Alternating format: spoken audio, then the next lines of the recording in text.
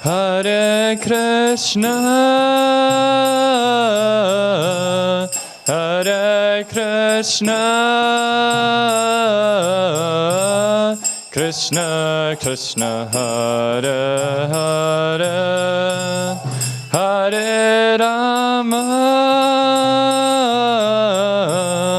Hare Rama,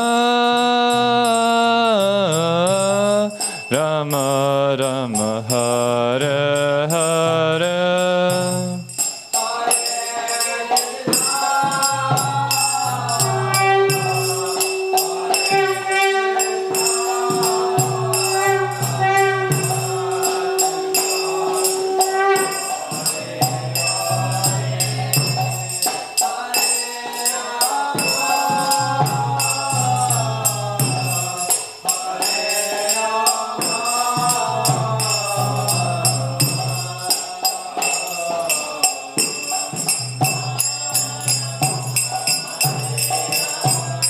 Hare Krishna, Hare Krishna, Krishna Krishna, Hare Hare, Hare Rama, Hare Rama, Rama Rama, Hare Hare.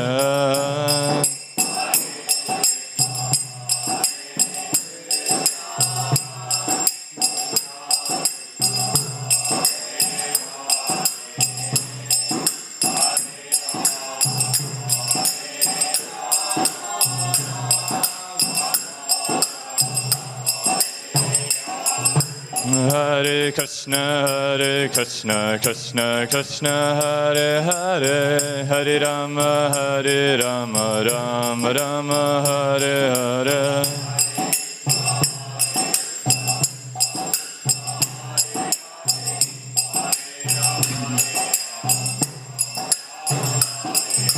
Hare Krishna, Hare Krishna, Krishna Krishna, Hare Hare, Hare Rama, Hare Rama, Rama Rama, Hare Hare.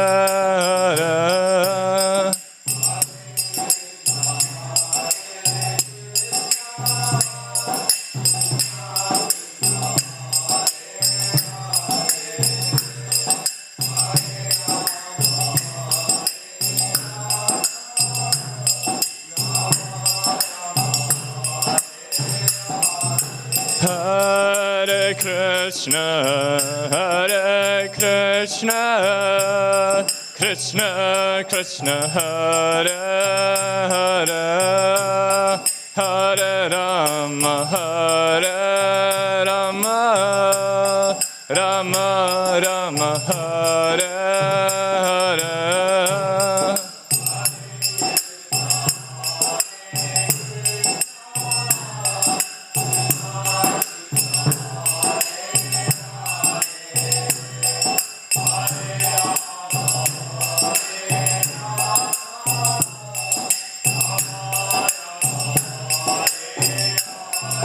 Hare Krishna, Hare Krishna, Krishna Krishna, Hare Hare, Hare Rama, Hare Rama, Rama Rama, Hare Hare.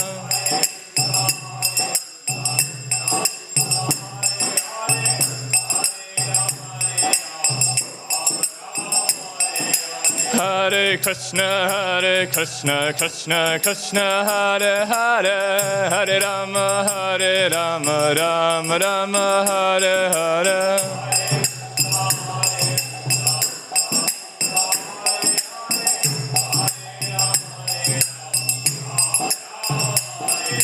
Hare Krishna, Hare Krishna, Krishna Krishna, Hare Hare, Hare Rama, Hare Rama, Rama Rama, Hare Hare.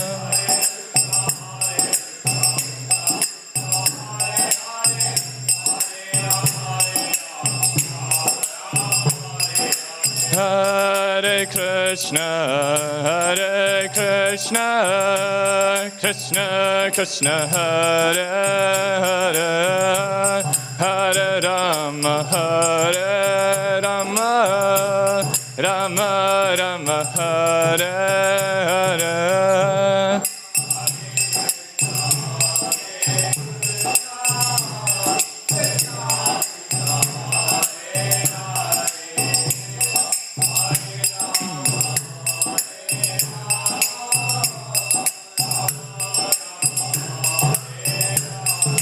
Hare Krishna,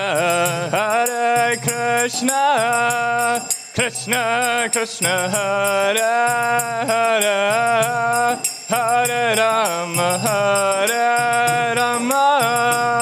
Rama Rama, Hare Hare.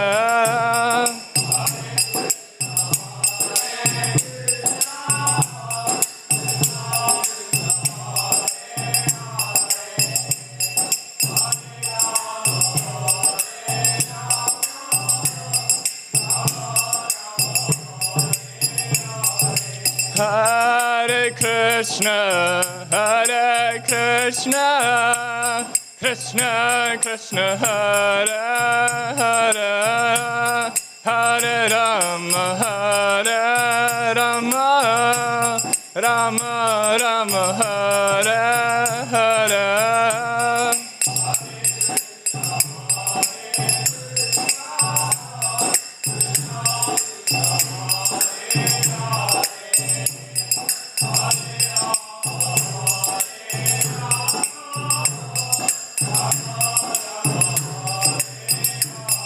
Hare Krishna, Krishna Krishna, Hare Hare, Hare Rama, Rama Rama, Hare Hare.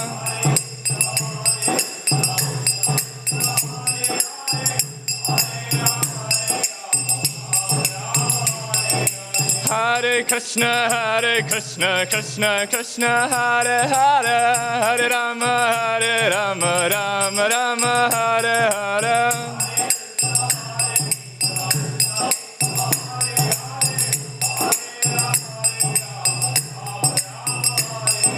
Hare Krishna, Krishna Krishna, Hare Hare, Hare Rama, Rama Rama, Hare Hare.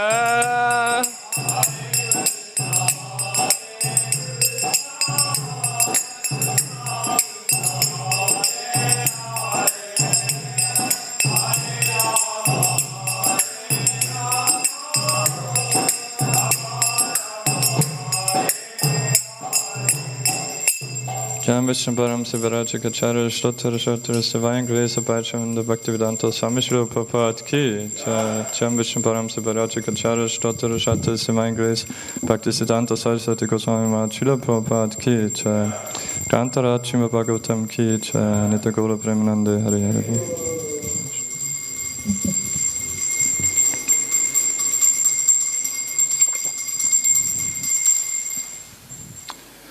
Om Namo Bhagavate Vasudevaya.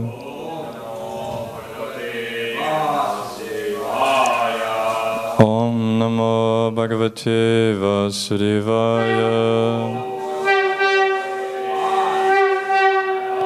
Om Namo Bhagavate Vasudevaya.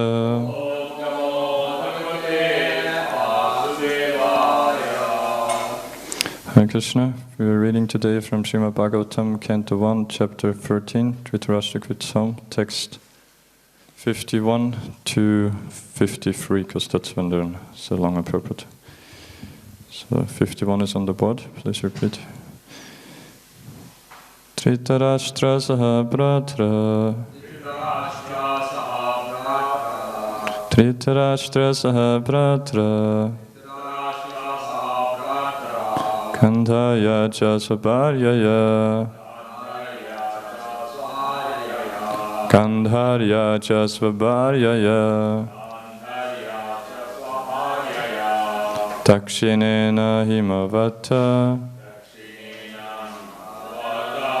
Dakshinena himavata. Rishinam ashramam gataha.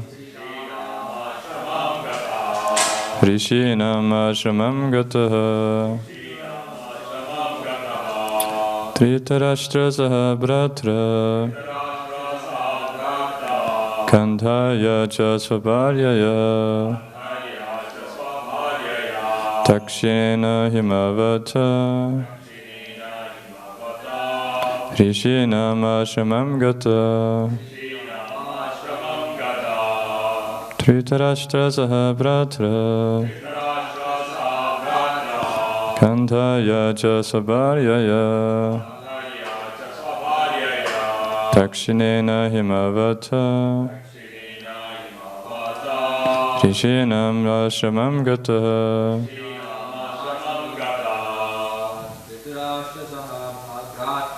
Dhritarashtra saha bratra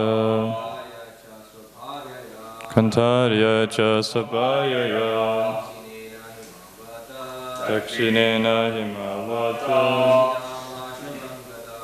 Rishinam ashramam gata Dhritarashtra saha bratra Kandhaya cha svaparyaya Dakshinena himavata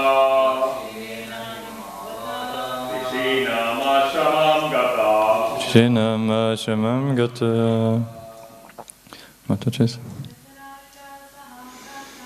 Dhritarashtra saha bratra Kandhaya cha svaparyaya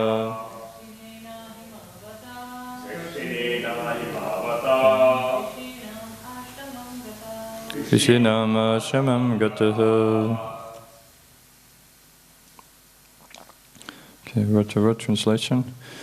Dhritarashtra Dhritarashtra Saha along with Bratra his brother Vidura Gandharya Gandhari also Cha and Svaparyaya his own wife Dakshinena by the southern side Himavataha of the Himalaya mountains Rishinam of the rishis Ashramam in shelter Gataha he has gone.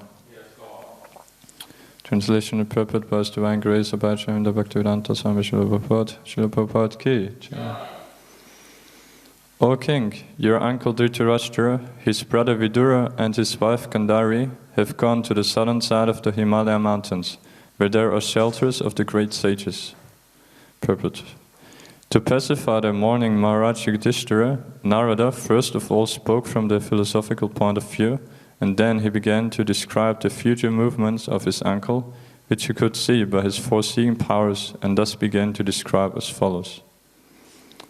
So now text 52. Read. Srotapi sapta biryavai sartuni saptada vyatat saptanam pritayenana sapta srota prachakshate. The place is called Sapta Srota, divided by 7, because there the waters of the sacred Ganges were divided into 7 branches. This was done for the satisfaction of the 7 great rishis. Now text 53. Svatnano svananam tasmin hutva chagnin yatavidi abhaksha upashantatma sa aste vigataishanaha. On the banks at Saptasrota, Dhritarashtra is now engaged in beginning Ashtanga Yoga by bathing 3 times daily in the morning, noon and evening, by performing the Agnihotra sacrifice with fire and by drinking only water. This helps one control the mind and the senses and frees one completely from thoughts of familial affection. Purport. The yoga system is a mechanical way to control the senses and the mind and divert them from matter to spirit. The preliminary processes are the sitting posture, meditation, spiritual thoughts, manipulation of air passing within the body, and gradual situation in trance, facing the absolute person, Paramatma. Such mechanical ways of rising to the spiritual platform prescribe some regulative principles of taking bath daily 3 times, fasting as far as possible, sitting and concentrating the mind on spiritual matters, and thus gradually becoming free from vishaya, or material objectives. Material existence means to be absorbed in the material objective, which is simply illusory. House, country, family, society, children, property, and business are some of the material coverings of the spirit, Atma. And the yoga system helps one to become free from all these illusory thoughts and gradually turn towards the absolute person, Paramatma. By material association and education, we learn simply to concentrate on flimsy things, but yoga is the process of forgetting them altogether. Modern so-called yogis and yoga systems manifest some magical feats, and ignorant persons are attracted by such false things, or they accept the yoga system as a cheap healing process for diseases of the gross body. But factually, the yoga system is the process of learning to forget what we have acquired throughout the struggle for existence. Dhritarashtra was all along engaged in improving family affairs by raising the standard of living of his sons or by usurping the property of the Pandavas for the sake of his own sons. These are common affairs for a man grossly materialistic and without knowledge of the spiritual force. He does not see how this can drag one from heaven to hell. By the grace of his younger brother Vidura, Dhritarashtra was enlightened and could see his grossly illusory engagements, and by such enlightenment he was able to leave home for spiritual realization. Sri Narada Deva was just foretelling the way of his spiritual progress in a place which was sanctified by the flow of the celestial Ganges. Drinking water only without solid food is also considered fasting. This is necessary for advancement of spiritual knowledge. A foolish man wants to be a cheap yogi without observing the regulative principles. A man who has no control over the tongue at first can hardly become a yogi. Yogi and bogi are 2 opposite terms. The bogi, or the merry man who eats and drinks, cannot be a yogi, for a yogi is never allowed to eat and drink unrestrictedly. We may note with profit how Dhritarashtra began this yoga system by drinking water only and sitting calmly in a place with a spiritual atmosphere, deeply absorbed in the thoughts of the Lord Hari, the personality of Godhead. Om Ajnanatimirandasya Grananshana Shalakaya Chakshuran Militam Yena Tasmai Shri Gurave Namaha Shri Chaitanya Manobhistam Stapitam Yena Putale Swayarupam Kadamyayam Dadate Svapatantikam Vandeham Shri Guru Shri Uta Pargamalam Shri Gurun Vaishnavamscha Shri Rupam Sakrachatam Sahakana Rakutan Tanvitam Tam Sachivam Satvitam Savadutam Parichana Saitam Krishna Chaitanya Devam Shri Radha Krishna Padan Sahakana Lalita Shri Vishakhan Vitamscha Hey Krishna Karuna Sindhu Dina Bandha Jagatpate Gopisha Gopika Kanta Radha Kanta Namastate Tapta Kanchani Gaurangi Radhe Vrindavaneshwari Vrishabhana Sute Devi Pranamami Hari Priye Vancha Kalpatarubhascha Kripa Sindhyabevacha Patitanam Pavanebhyo Vaishnavebhyo Namo Namaha Jai Shri Krishna Chaitanya Prabhu Nityananda Shri Advaita Gadadhara Srivasadi Gaura Bhaktarinda Hare Krishna Krishna Krishna Hare Hare Hare Rama Rama Rama Hare Hare Hare Krishna Krishna Krishna Hare Hare Hare Rama Rama Rama Hare Hare Hare Krishna Krishna Krishna Hare Hare Hare Rama Rama Rama Hare Hare. Hare Krishna, thank you for coming to Srimad Bhagavatam class. And I seek the blessings of all the assembled devotees that I may somehow be able to glorify Srimad Bhagavatam and the Lordship, and then inspire us to take more shelter at the lotus feet.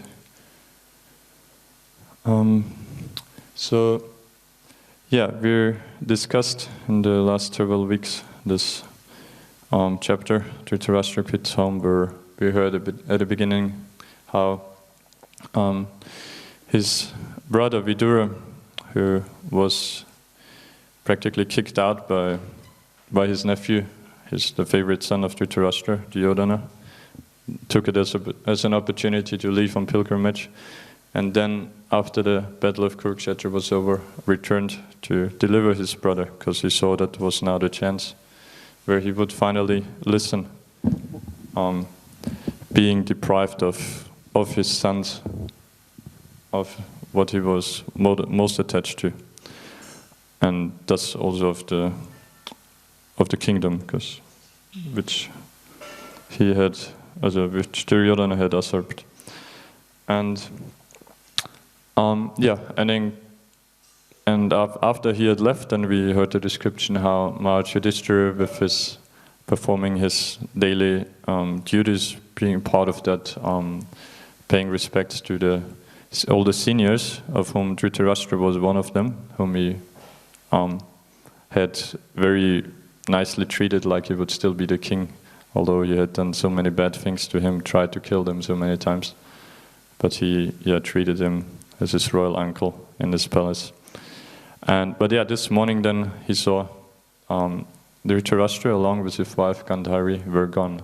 And so he was lamenting very morosely, thinking himself faulty of having caused somehow their demise or their leaving.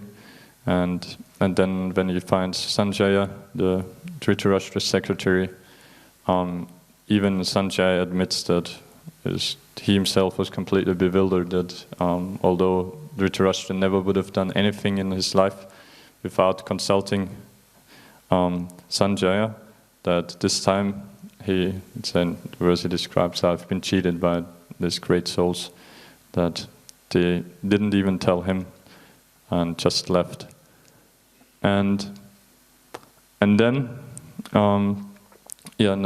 as Sanjaya is speaking, after he finished, then Sri Narad Muni appeared on the scene, and that's where we are still at, of Narad Muni speaking, preaching to Maharaj Yudhishthira, how first, like today we came to the point now where that section is finished, where he's giving spiritual knowledge of why he, from the spiritual perspective, why he should not be attached to his uncle and aunt,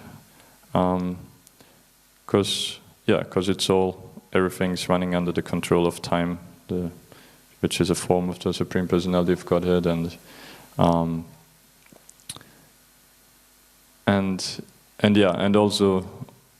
one nice other point was that even from the material perspective, if you think yourself the body and be able to protect your uncle, that's also all illusion, because your own body is also under control of time, and so there's nothing you can actually do, and so no point to lament over, because that's all based on illusion. And so all those amazing verses Narad Muni speaks, and then today we came now to the point where Narad Muni discloses even also what actually his uncle and his aunt did, that he is also passive. First, he's, like Prabhupada said in this first purport of text 51, that to pacify the mourning Maharaj Yudhishthira, Narad first of all spoke from the philosophical point of view, and then he began to describe the future movements of his uncle, which he could see by his foreseeing powers, and thus began to describe as follows.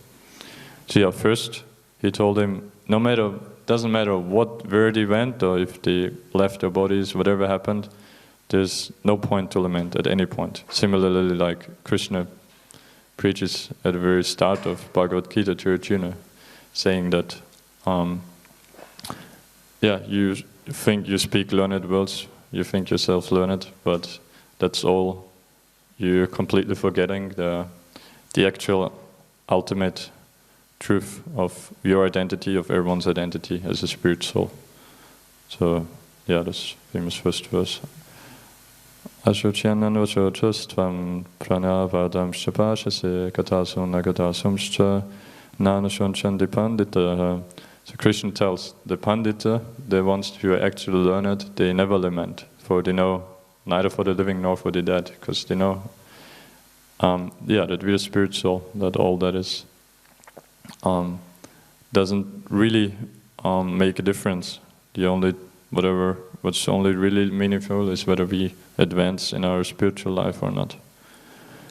So similarly, Narad Muni did the same, but now still he's very compassionate, and he knows Maharaj Yudhishthira's affection and everything. So now he still describes what actually Dhritarashtra did, and so I think that's pretty much then the remainder of the chapter, where we hear brief, detailed description even how Dhritarashtra attained liberation, because we know he didn't become a devotee straight away, but what he did do, like we heard then in text 52 today, that he performed Ashtanga Yoga and thus detached himself from everything material and attained impersonal liberation.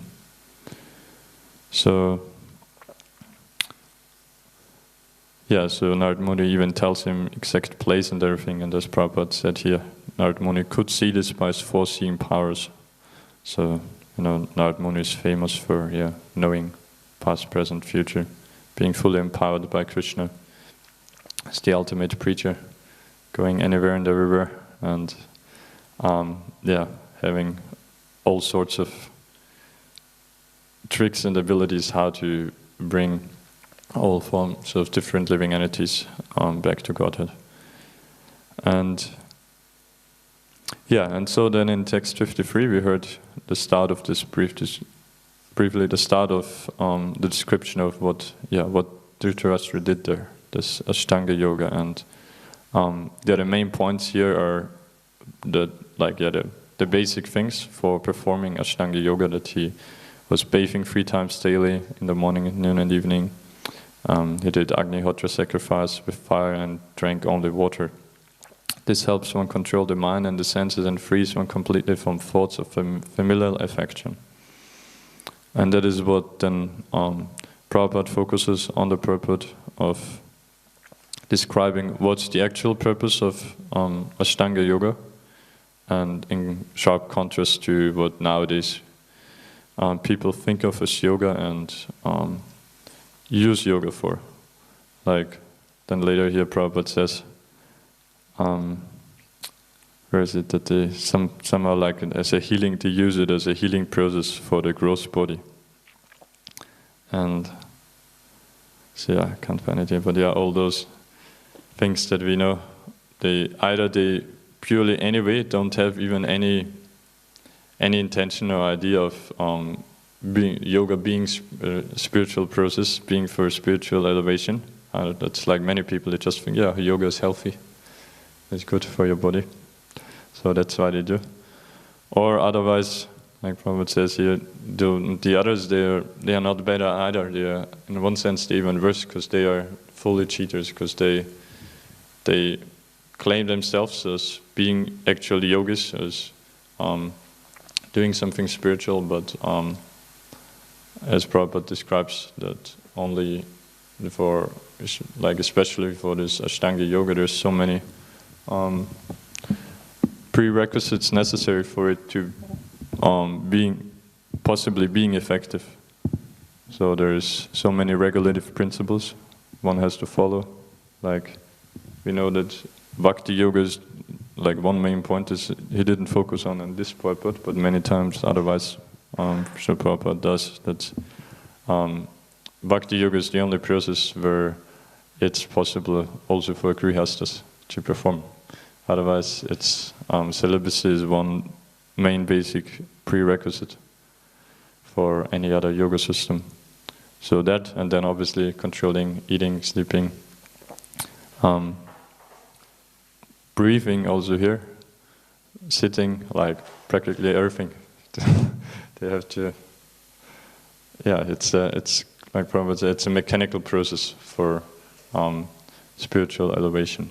So it's very difficult and takes a very long time and so much effort. So it's completely hopeless nowadays for any ordinary person to do. And so, yeah, there's, as Prabhupada then at the end of the purpose mentions, those so-called yogis, they are actually bogies, because they proclaim themselves as great yogis and just on the strength of that make money, attract people to somehow that people, because unfortunately Kali Yuga, there's very low number of people, very few are actually sincerely interested in spiritual life. And just like Prabhupada always presented both sides, and like with all those false gurus, false yogis, when sometimes people would challenge, but how do we know there's like so many cheating gurus? How do people know that who is really real and everything? Sometimes he would describe, how do you actually know? But at other times he would just smash back on, it's just the people, they want to be cheated. So don't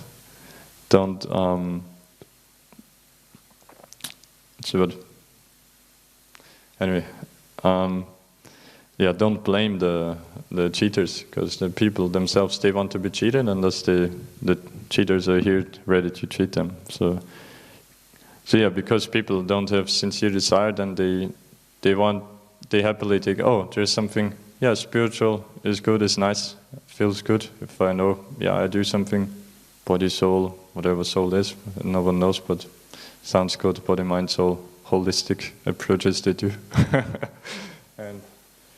And so in the name of yoga, they happily do with so many other objectives. And I remember Chaitanya Charanprabhu in one of those, must be the sixth chapter where Krishna describes yoga in more detail, Dhyan yoga, that it's amazing ability of the conditioned soul that we can turn even something completely spiritual into something material. And yoga is the so-called yoga is one of the examples that it's rather than using it properly under regulative principles and thus detaching oneself completely from everything material. Nowadays people are doing yoga with often one motivation is the most gross material desire of becoming more potent for, sexually more potent. And so rather than, whereas actually one needs to be celibate to even start yoga. So that's how people actually don't know what yoga is and don't want to know what yoga is. And the other point with the case of Dhritarashtra was that Prabhupada mentioned that up to this point, he was all his life long, he only endeavored to improve his family affairs, raising the standard of living of his sons, or by usurping the property of the Pandavas for the sake of his own sons. So he was never inclined for spirituality. Obviously, he was, and all his life he offended pure devotees and everything. So it's very amazing how actually someone like him can become delivered. But still, we see simply by having Mahajana as a brother who has such great compassion, even after being insulted so much by him or by his sons, and still having this strong, sincere desire to deliver him. And thus Dhritarashtra did succeed, as we hear then in the following verses. And so that's maybe one main message we can take from that in contrast to this extremely difficult mechanical process of for spiritual elevation, that in bhakti we also have regulative principles. We have to endeavor from our side but all that, even being able to follow those, especially nowadays, is we wouldn't have the determination, we wouldn't have the self-control, nothing that we could even follow the 4 regulative principles, chant for 16 rounds for such a long time, in comparison, like in relation to modern life now at least. Back then it wouldn't have been.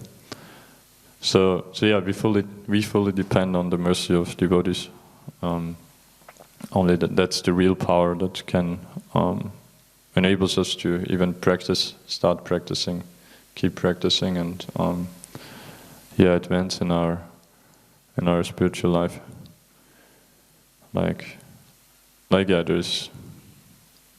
There's famous examples of all those other forms of spiritual elevation that they are compared to monkeys jumping, like the baby monkey, just somehow holding on to the mother, and when they jump from the one branch to another, they easily fall off. Whereas devotees, we try to take full shelter of the Lordship Sri Gopinath, of our Guru, spiritual masters, of Srila Prabhupada, and thus being carried like a kitten in the mouth of the cat.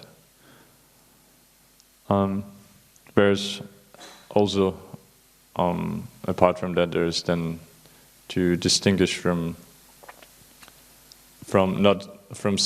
outside, that there, to show that there also has to be endeavor, not just to I surrender and think myself surrendered, and then I'm lazy. Then there's the example of someone having fallen into a well and being pulled up by a rope, but at least still we have to grab and hold on to the rope. And obviously that would be cheating ourselves anyway, of thinking, I surrender, and then I don't, then I sit back. Because what does surrender mean? Surrender, like Krishna says, Sarvatan mam parityacha mamikam sharanam vracha aham tvam sarva pabibhyo moksha ishyami ma shuchaha. That give up all varieties of religion and just surrender unto me. But this he doesn't say give up doing anything. He says give up doing other things, give up your own plans, give up doing what you think is best, or what you think pleases you, whatever, and rather accept my plan. So surrender means that we want to fully just do what pleases our spiritual master most, what pleases the Lordship Sri Gopinath most. So it's actually a very, very active and very dynamic process, surrendering, because it's, yes, we get, at least if we're fortunate enough, then we get basically told what we should do and everything. But on top of that, first of all, even to be able to do that, to follow the instructions, to do our services apart from, on top of our sadhana, then even that takes a lot of also active thinking, and we are not just robots of doing, So, that first of all, and then on a higher level, we want to, come to a point where we don't just need to be told every single thing, but we more and more and actually understand what pleases Krishna, what does my spiritual master, my authority, really want from me, like what can I do that pleases him most. So that should become more and more prominent, to think of what and how can I do that's most pleasing, and that's then naturally we will take more and more initiative to go out of our way and explore new ways. And also, like Ganesh Prabhu always says, that like, he gives an interesting definition of Raganuga Bhakti. I mean, he gives it's based on the Shastras, just that Raganuga Bhakti means that you, every single time you do the service, that you improve it, that you never mechanically do just follow some rules and then do it mechanically. That's sadhana bhakti, whereas Raganuga Bhakti means to always try to please Krishna more and more, to do the service better and better. So we do sadhana bhakti, but we will not take lifetime after lifetime, and to give more pleasure already now to Gopinath. We want to aspire to come to that platform. If at least not every time, at least every time we catch ourselves and start and try to think that how can I do the service more nicely, and what more can I do? That always should be our mood, because naturally we would so easily think, I do so much, like how already I don't have time for this and that. But this mentality will always only prevail if we still just think too much about ourselves and about our comfort, trying to be in our comfort zone. Whereas if we submit ourselves to authorities or to the Lordship, then they will reveal also more and more how we can improve, like the famous verse, Tesham satata yuktanam bhajatam priti purvatam tatami purigavam tam yenamam upayantiti, that to those who constantly serve me with love, with priti, to those I give the intelligence by which they can come to me. So that's, and we know it's not like there's neophytes down there and then there's advanced devotees up there. It's a gradual process. So we should at least slowly more and more also feel directed by the Lordship. It won't happen overnight that just somehow suddenly we're just moving without our own thinking, like a robot directed by Krishna, but rather our intelligence will become purified, and our thoughts will become more geared towards thinking for the pleasure of Krishna. And so I think I'll end up here. If there's any comments or questions. Okay. Krantarachima Bhagavatam Ki Jai.